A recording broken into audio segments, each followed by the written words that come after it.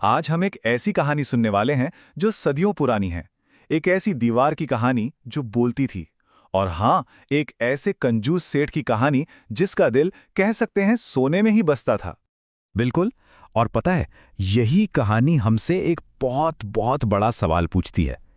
आखिर जिंदगी में ज्यादा जरूरी क्या है, दौलत या फिर दया? चलिए, आज इसी सवाल का जवाब ढूंढने की कोशिश करते हैं इस कहानी के जरिए। तो हमारी कहानी का जो मेन कैरेक्टर है वो है सेठ धनीराम। अब नाम में तो धनी था, पर सच कहूं तो दिल से बड़े फकीर थे। मतलब एक ऐसा इंसान जिसके पास दौलत के ढेर लगे हुए थे, पर जब देने की बारी आती थी तो हाथ से एक फूटी कौड़ी भी नहीं निकलती थी। तो होता क्या है, हर रात की तरह उस रात भी सेठ धनीराम अपने कमरे में बैठे थे और क्या कर रहे थे, अपने सोने के सिक्कों को गिन रहे थे, उनसे बातें कर रहे थे। सच में यही उनकी दुनिया थी, यही उनका प्यार। और तभी दरवाजे पर एक हल्की सी दस्तक हुई। खटखट।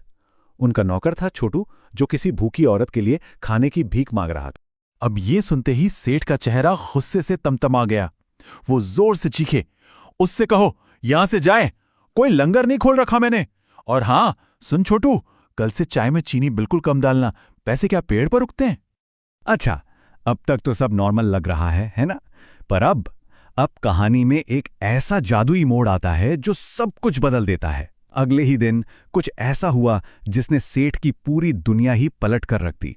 जब एक बेजान पत्थर की दीवार ने अपनी जुबान खोली, तो हुआ यूं कि अगली सुबह आसमान में काले बादल छा गए और फिर जोरदार मूसलाधार बारिश होने लगी। अब सेठ जी बचने के लिए इधर उधर भागे और एक पुराने खंडहर जैसे किले की दीवार के नीचे जाकर खड़े हो गए। पर उन्हें बारिश से कोई डर नहीं था। नहीं, उन्हें तो गुस्सा इस बात पर आ रहा था कि उनकी इतनी महंगी रेशमी धोती भीग रही थी। और तभी उन्हीं पत्थरों के बीच से एक बहुत भारी गूंजती हुई आवाज आई। धोती की चिंता है धनीराम, पर उस गरीब की दुआओं की नहीं। ये सुनते ही सेठ तो डर के मारे उछल ही पड़े। उनकी आंखें फटी की फटी रह गईं। उन्होंने कांपती हुई नजरों से चारों तरफ देखा और हकलाते हुए बोले, कौन कौन बोला? यहां तो मेरे सिवा कोई भी नहीं है। और जवाब भी उसी गहरी आवाज में आया, मैं ये दीवार हूं। मैंने सदियों से तुम्हारे जैसे कितनों को आते और फिर खाली हाथ जाते देखा है। जरा एक बात सोच धनीराम, ये जो सोना तो इकट्ठा कर रहा है, क्या मरने के बाद ये तेरे साथ जाएगा? और ये सवाल तो सीधा सेठ के लालची दिल में एक तीर की तरह जाकर लगा। वाह क्या बात है! मतलब ये सिर्फ एक सवाल नहीं था, है ना? ये तो एक तरह का इम्तिहान था। उस जादुई दीवार ने ठान लिया था कि वो सेठ की कंजूस आत्मा को परखेगी जरूर। अब सेठ तो बुरी तरह घबरा गए थे। वो वहां से भागे, लेकिन कुछ अजीब हो रहा था। वो रास्ता ही भटक गए। वो जिस भी गली में मुड़ते, घूम फिरकर वापस उसी बोलने वाली दीवार के सामने आ जाते। ऐसा लग रहा था मानो उस किले ने उन्हें अपनी गिरफ्त में ले लिया हो। तब दीवार ने अपनी शर्त सामने रखी, धनीराम, तुम यहां से तब तक बाहर नहीं जा सकते जब तक तुम किसी की मदद नहीं करते। अब उधर देखो, एक नन्ही सी चिड़िया का बच्चा अपने घोंसले से नीचे गिर गया है। जाओ, उसे उठाकर वापस उसके घोंसले में रखो। अब सेठ ने तो पहले बहुत नाक भौं से कोड़ी, मैं और ये काम?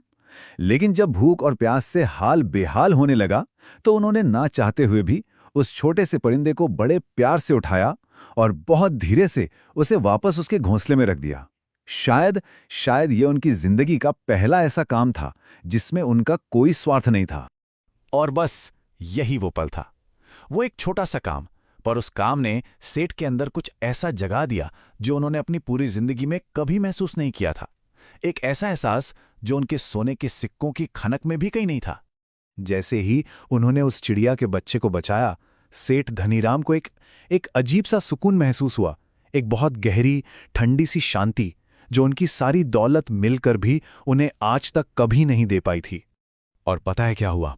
जैसे ही यह एहसास उनके दिल में उतरा, किले से बाहर जाने का रास्ता मानो जादू से अचानक साफ हो गया। सेठ अपने घर की तरफ चल पड़े। लेकिन अब वो पहले वाले कंजूस सेठ धनीराम नहीं थे। वो एक बदले हुए इंसान थे। तो बदलाव तो आ चुका था, पर कहते हैं ना कि असली परिवर्तन सिर्फ सोच में नहीं, हमारे कामों में दिखता है। तो अब देखते हैं कि सेठ के अंदर आया ये बदलाव उनके एक्शन में कैसे नजर आता है। घर पहुंचते ही उन्होंने सबसे पहले छोटू को आवाज लगाई। और जो हुक्म दिया उसे सुनकर तो छोटू के मानो होश ही उड़ गए। सेठ ने कहा, छोटू, जाओ वो अनाज की सबसे बड़ी बोरी निकालो, आज पूरे मोहल्ले में खाना बटेगा। और हाँ, वो जो बुढ़िया माई हैं उन्हें एक नया कंबल भी देकर आना। छोटू की हैरानी देखकर सेठ धनीराम के चेहरे पर सालों बाद एक असली मुस्कान आई। उनकी आवाज में अब वो पहले वाला गुस्सा नहीं था, बल्कि एक अजीब सी, एक बहुत गहरी खुशी थी। उन्होंने कहा, आज पहली बार मैं सच में अमीर महसूस कर रहा हूं छोटू। अरे सोना गिनने से तो कहीं ज्यादा मजा खुशियां बांटने में है। तो ये था सेठ धनीराम का पूरा कायापलट। देखिए, पहले वो थे एक कंजूस सेठ जो सिर्फ सोना गिनता था और हर बात पर गुस्सा करता था, और अब वो बन चुके थे एक दानवीर सेठ जो खुशियां बांट रहा था और जिसके बदले में उसे मिल रहा था मन का सुकून। और उस दिन के बाद पता है क्या हुआ? लोग उन्हें कंजूस सेठ के नाम से भूल गए। अब सब उन्हें दानवीर सेठ कहने लगे। और वो दीवार फिर कभी नहीं बोली।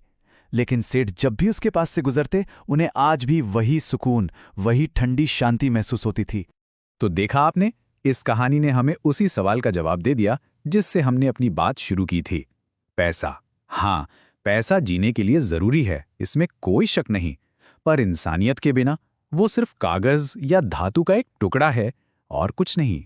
असली दौलत तो सोने चांदी के सिक्कों में नहीं, बल्कि किसी की